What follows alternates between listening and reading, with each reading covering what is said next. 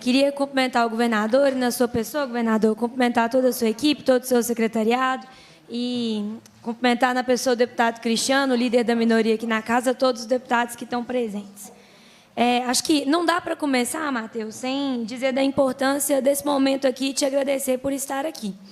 Eu, inclusive, começo a minha fala fazendo uma sugestão para que o seu secretariado se inspire na sua postura aqui hoje.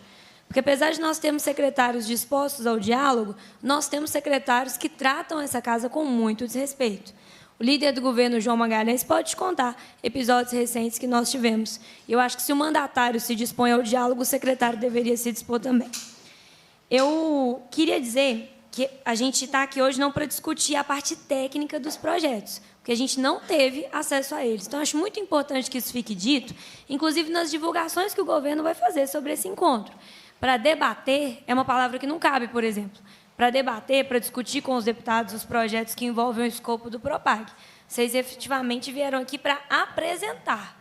Nós não tivemos condição de debater porque nós não recebemos os projetos em mãos. E é importante que a gente tenha essa oportunidade nos próximos momentos. Nós faremos audiências públicas. Serão audiências públicas nossas para nós mesmos?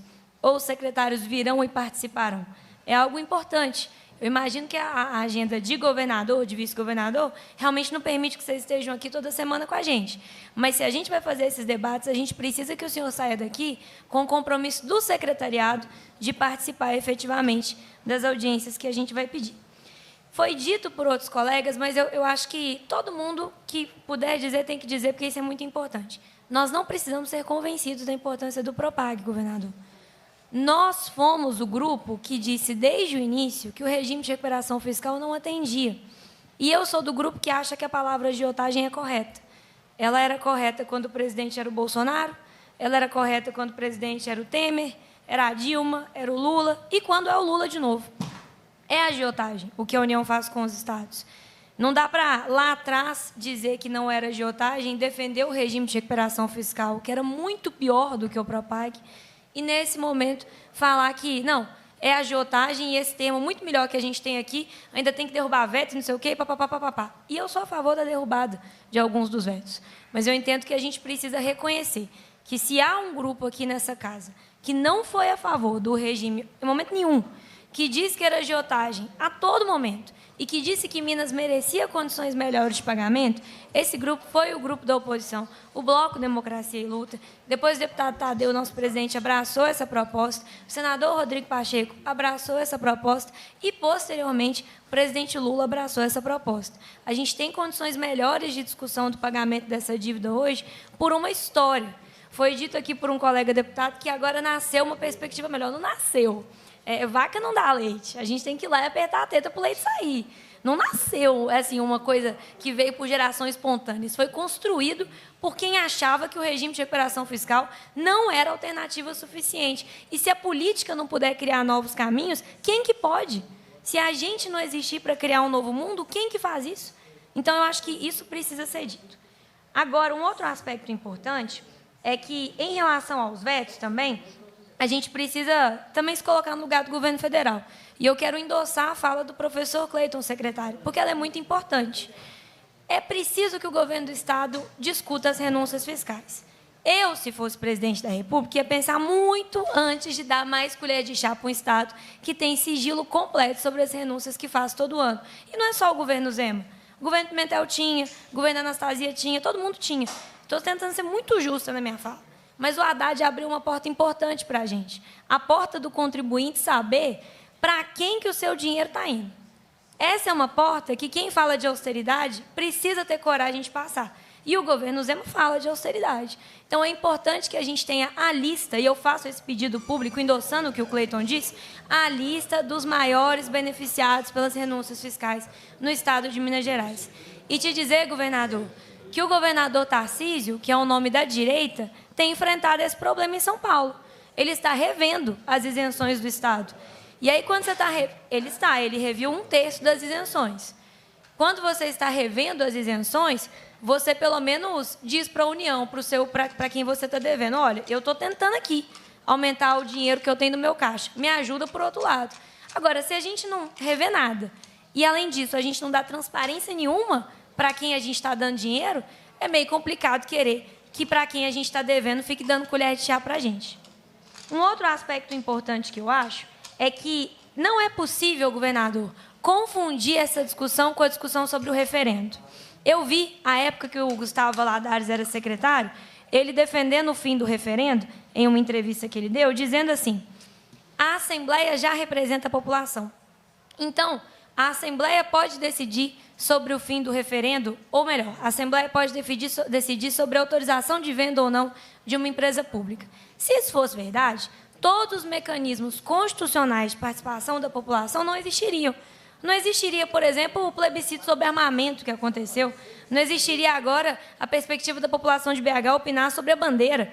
A representação indireta e a representação parlamentar, a democracia com os parlamentos, que eu defendo muito, ela não substitui completamente a participação direta das pessoas. E não é possível querer que no plenário JK a gente acabe com a CEMIG, que foi o JK que criou. Não tem a menor condição. Então, eu faço um pedido para que isso não seja confundido, porque eu sou alguém que tende a votar esse pacotão do Propag todo com o governo, mas projeto de fim de referendo eu não voto, sou totalmente contra, e eu entendo que o governo tem que fazer o processo, já que o Raul disse que os prefeitos estão convencidos sobre a privatização, gente, vão convencer o povo, vamos convencer o povo, que é quem pôs a gente aqui, que é quem paga o nosso salário, que é quem banca essas empresas. Convençam o povo, façam um referendo e vendam. Se vocês conseguirem no referendo, eu voto a privatização. Mas convençam a população, que hoje não está convencida, na minha opinião, ainda bem. Por último, eu queria trazer a situação da UENG aqui, que eu acho muito importante. Não estou entrando nos aspectos técnicos, governador, como eu disse no início da minha fala, mas eu preciso dizer que os senhores erraram na condução. Por quê? Em relação à federalização da CEMIG, isso não é novidade. O Cleiton trouxe essa ideia lá atrás, numa audiência aqui nesse plenário, como ele trouxe. Ela foi recebida primeiro com estranheza, depois o próprio governo gostou. O senador Rodrigo Pacheco abraçou, isso foi construído. Deu tempo dos servidores da CEMIG se organizarem, pensarem o que pode ser bom disso, o que pode ser ruim disso, quais são as possibilidades de avanço. A UENG foi pega de surpresa. Eu estou, governador, desde ontem, com o meu telefone completamente congestionado, de professor da UENG, de menino da UENG, de aluno, de servidor, me perguntando se eu sou a favor, se eu sou contra, o que é para fazer, como é que é, qual que é a posição, como é que é o texto do projeto. Primeiro, a gente não recebeu o texto do projeto, e a categoria, tanto os servidores, quanto os alunos, quanto a comunidade toda que é impactada pela UENG, não teve condição de saber como que isso vai mudar a vida deles, porque a gente tem várias opções. O MEC pode receber a UENG em integralidade, equiparando com as carreiras federais. Aí é top, né, gente? Aí é muito bom. Aí eu estou querendo, governador, que você pauta amanhã, que o Tadeu paute amanhã para a gente votar. Existe a possibilidade do MEC falar que não quer de jeito nenhum. E existe a possibilidade, que é um Frankenstein, do MEC falar que quer, mas que não vai incorporar com as carreiras, como já aconteceu em outras carreiras que foram levadas para a União. Isso é inadmissível. Existe ainda uma quarta possibilidade, que é o governo federal falar que quer os prédios, que quer o patrimônio, mas não quer a gestão da unidade. Aí isso vai ter uma oposição aqui dentro absurda. Pelo menos a minha vai ter. Porque isso acaba com a universidade. Então, assim, percebam, os senhores não deram tempo da universidade pensar sobre essas possibilidades. A universidade não sabia, governador. Então, isso coloca a gente numa situação muito ruim de diálogo, no momento em que o governo está ajudando a gente a entregar uma conquista tão grande, que é o restaurante, que é um avanço na política de permanência, apesar da gente ainda ter tantas outras para entregar. Então, eu acho assim, fica meu pedido para que a gente faça essas audiências com participação do secretário. Eu já pedi ao secretário Igor aqui, para que na audiência que a gente vai fazer, eu, deputada Beatriz, deputado Cássio, todos os deputados da Comissão de Educação, ele participa, ele já disse que pretende participar, se houver anuência do governo, mas, para além da pauta da UENG, que em todas as outras os secretários participem, para que a gente possa ter uma discussão efetiva e para que essa apresentação aqui não tenha sido em vão, para que a gente consiga efetivamente discutir os termos dos projetos do Propag. Então, eu estou terminando, Zé, mas fica o meu pedido nesse sentido. Eu acho que é impossível, para fechar a minha fala, pedir que deputado fale sem fazer política, pedir que governador fale sem fazer política, pedir que secretário que integra governo fale sem fazer política. A gente está aqui para fazer política, gente. Agora, a política é o jeito da gente construir vida melhor para os outros. Se a gente tiver atenção aos fatos, se a gente tiver atenção à realidade e tiver disposição de construir minimamente em conjunto, a gente dá conta de avançar. Eu estou aqui com esse espírito, mas eu preciso que o seu secretariado também esteja ao longo dos próximos meses. Obrigada, presidente.